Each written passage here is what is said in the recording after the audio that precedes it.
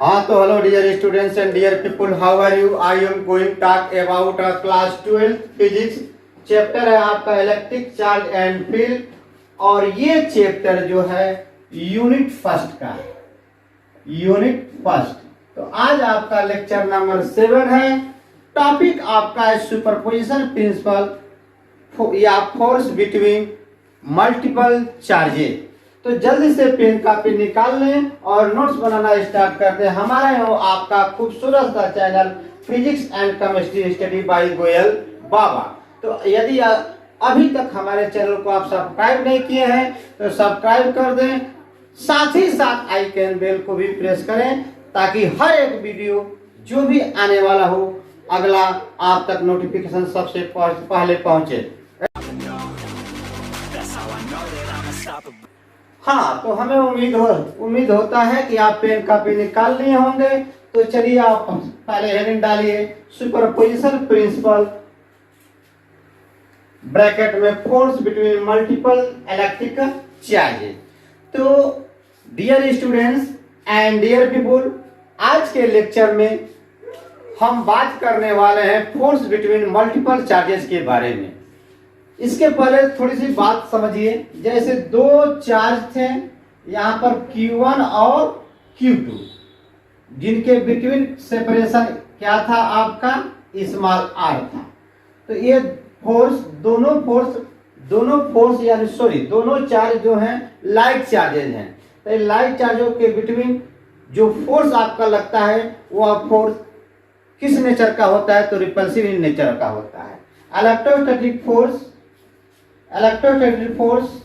on charge Q2 due to charge Q1 along the direction of AB, जिसको हम represent करते हैं F vector base 2 1, यानी 2 से होते हुए 1 जा रहा है, यानी 2 पर कौन फोर्स लगा रहा है? 1। Similarly electrostatic force on charge Q1 due to charge Q2 along the direction of BA, यानी F वेक्टर बेस 1 2 जो है F वेक्टर बेस 1 2 को हम कहेंगे electrostatic force on charge Q1 due to charge Q2। तो ये तो किन्हीं दो चार्जों के बिटवीन बात हुआ था। जो फॉर्मूला आपका मिला था F is equal to small k Q1 Q2 upon R का स्क्वायर। बट इनके वेक्टर फॉर्म में भी, वेक्टर फॉर्म और पोजीशन वेक्टर सब कुछ आपको इसके बिफोर लेक्चर में हम बता चुके हैं, और न्यूमेरिकल भी बताए हैं। सुपरपोजिशन प्रिंसिपल में न्यूमेरिकल भी बताए हैं। लेकिन बहुत से बच्चे के कमेंट आ रहे थे कि सर सुपरपोजिशन प्रिंसिपल को आप एक वीडियो डाल दें, तो इसलिए हम इस लेक्चर को पढ़ाना उचित समझा। तो आइए हम लोग देखते हैं फोर्स बिटवीन मल्टीपल चार्जेस। यानी आज की इस लेक्चर में ये सीखेंगे कि जब आपके पास बहुत सारे इलेक्ट्रिक चार्ज हों और आप उनमें से किसी एक चार्ज पर बाकी के चार्ज के वजह से फोर्स कैलकुलेट करना है। तो ये हम कैसे कैलकुलेट करते हैं? तो इसके लिए हम सुपरपोजिशन प्रिंसिपल को यूज करते हैं। तो अब ये सुपरपोजिशन प्रिंसिपल क्या है? तो चलिए सबसे पहले हम इसको समझते हैं। जब हम सेम टाइप के दो या दो से अधिक चार्ज को ऐड करना चाहते हैं तो इसके लिए हम क्या यूज करते हैं? सुपरपोजिशन प्रिंसिपल यूज करते हैं। जैसे हम किसी प्रिंसिपल या टॉपिक से रिलेटेड करके मैं आपको इसके बारे में समझाना चाहता हूं या समझाऊंगा। तो मान लेते हैं कि हमारे पास बहुत सारे क्या है? इलेक्ट्रिक चार्ज है। बहुत सारे इलेक्ट्रिक चार्ज हैं और आपको उनमें से किसी एक पर बाकी के चार्ज के वजह से लगने वाला टोटल फोर्स कैलकुलेट करना है।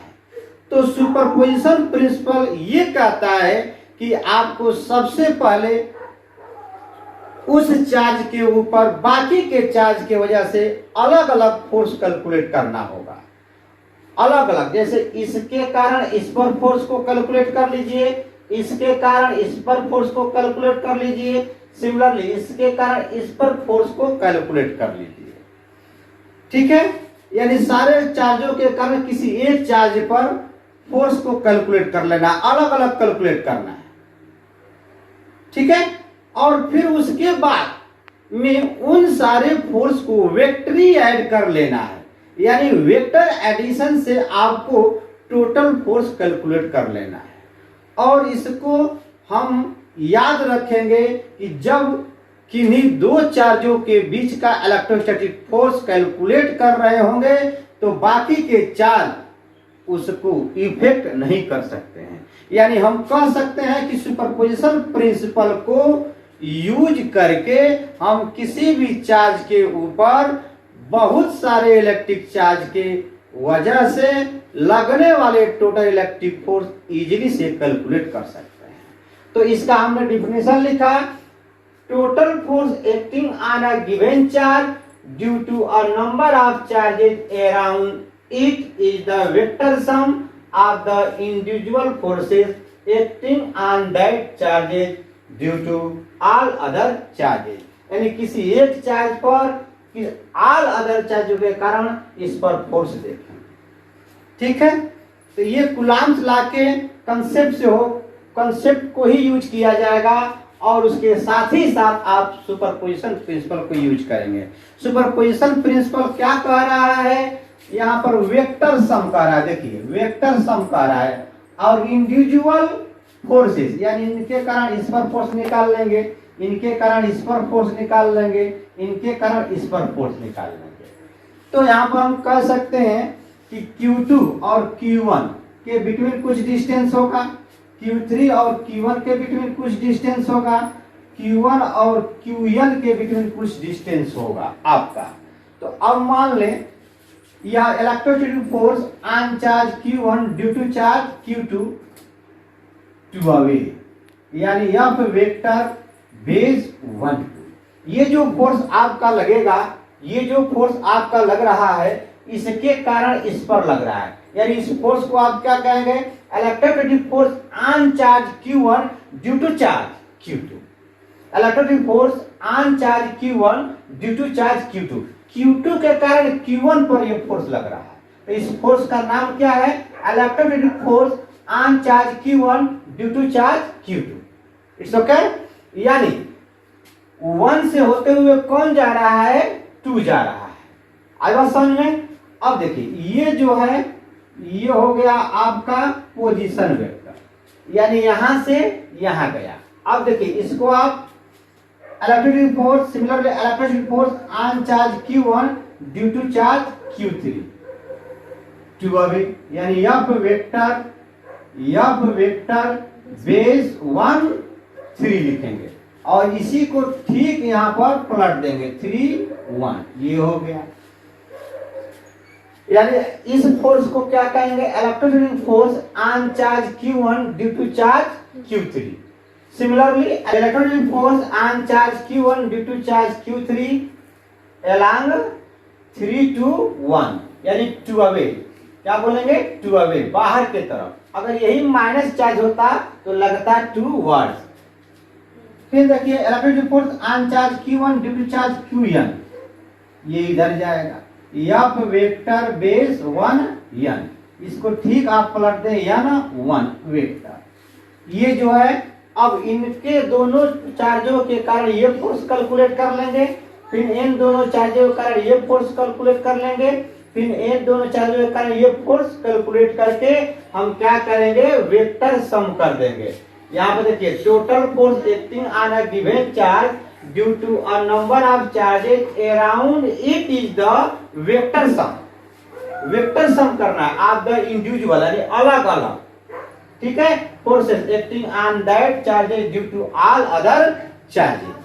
तो इतना फिगर बनाने के बाद आप लिखेंगे, write down,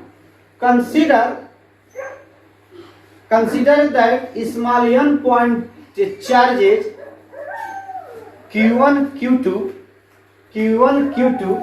consider that small n point charges q1, q2, q3 qn are distributed in a space. The charge are interacting with each other. Now, next line. Now, electrostatic force on charge q1 due to charge q2. Electrostatic force on charge q1 due to charge q2. यानी आप लिखेंगे F vector base 1 2 is equal to 1/4 pi epsilon naught into q1 q2 upon r vector base 21 का square into r cap base 21। Note हो गया। अब लिखेंगे electrostatic force on charge q1 due to charge q3। Electrostatic force on charge q1 due to charge q3। F vector base 1 3 is equal to 1/4 pi epsilon naught into q1 q3 upon r vector base 31 का whole square into r cap base 31। Good. फिर dot कर लें। इसी तरह से ढेर सारे charge हैं। F vector base 1n is equal to 1/4 pi epsilon not into q1 into qn upon क्या लिखेंगे यहाँ पर r vector base n1। Very good का square into r cap base n1। ठीक है। अब ये हमने वेक्टर के फॉर्म में लिखा। अब यहां पर आप क्या करेंगे, इसके बाद लिखेंगे hence total force, write down, hence total force on, किस पर, q1 पर, total force on the charge q1 due to all other charges। ठीक है। यानी F1 vector is equal to F vector base 1 2 plus F vector base 1 3 plus F vector base 1 4 तो नहीं लिया हूं, लेकिन यहीं से डाटे ले लें। F vector base 1n। It's okay. समझ में आता है? अब क्या करेंगे, ध्यान से समझें। यहाँ पर वैल्यू पुट कर लें। तो यहाँ पर देखें 1/4 pi epsilon not, 1/4 pi epsilon not, 1/4 pi epsilon not.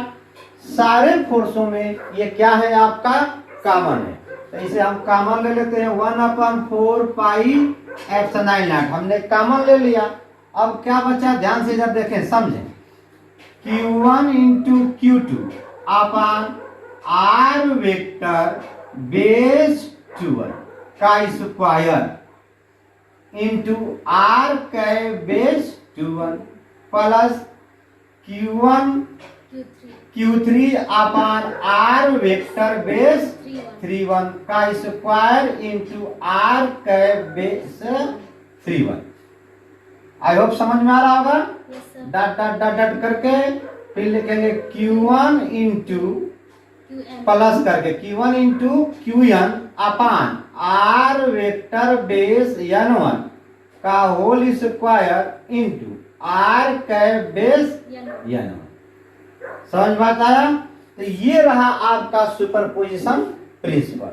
आई बात समझ में? सुपरपोजिशन प्रिंसिपल में क्या करना है, अलग अलग दोनों चार्जों के बिटवीन का फोर्स निकालकर और वेक्टर सम कर देना है। क्या कर देना है, वेक्टर सम कर देना है। ठीक है। सिमिलरली सपोज दैट q2 पर इन सारे चार्जों के कारण पूछता हो, जैसे यहाँ पर देखें, इसे हम मिटा देता हूं। ये चार्ज हम लोगों का Q1 रहा।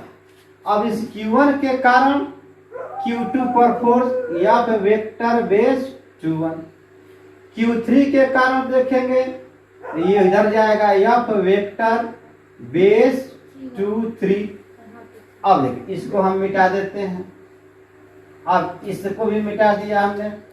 अब इस चार्ज के कारण इस पर देखना है फोर्स, ये इधर जाएगा, इसको क्या लिखेंगे, या फिर वेक्टर बेस 2n। ठीक है।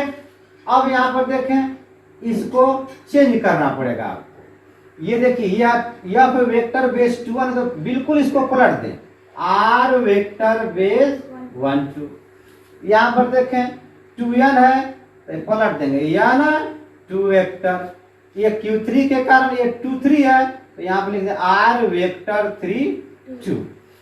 और अब इन दोनों चार्जों के बिटवीन फोर्स लिख लेंगे, फिर इन दोनों चार्जों के बिटवीन फोर्स लिख लेंगे, फिर इन दोनों चार्जों के बिटवीन फोर्स लिख लेंगे इसी तरह से। और लिखने के बाद फिर total force on the charge, अब Q1 नहीं रहेगा तो क्या रहेगा आपका Q2 रहेगा, due to all other charges. तो यहाँ पर F2 लिखेंगे। ठीक है। F2 लिखने के बाद जैसे F2 vector is equal to, देखिए F vector base 2 1 plus F vector base 2 3 plus F vector dot dot कर दें, dot dot dot dot plus F vector 2n। ठीक है।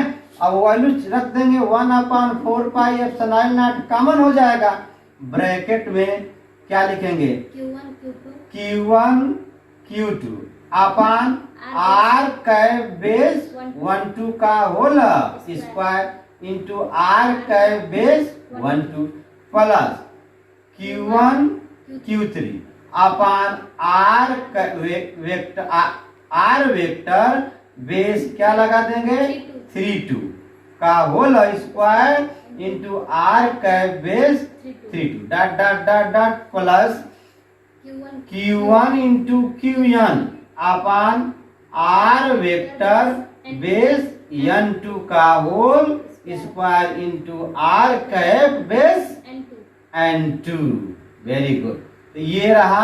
इस तरह से ऑल अदर चार्जेस, किसी एक चार्ज के कारण दूसरे चार्ज किसी एक चार्ज पर अनदर चार्ज के कारण फोर्स निकालना हो तो आप कौन सा लॉ लगाएंगे, सुपरपोजिशन प्रिंसिपल लगाएंगे। तो इसी लेक्चर के साथ आज का लेक्चर हमारा द एंड होता है। नेक्स्ट लेक्चर में हम लोग इसको देखेंगे superposition principle in term of position vector. It's okay.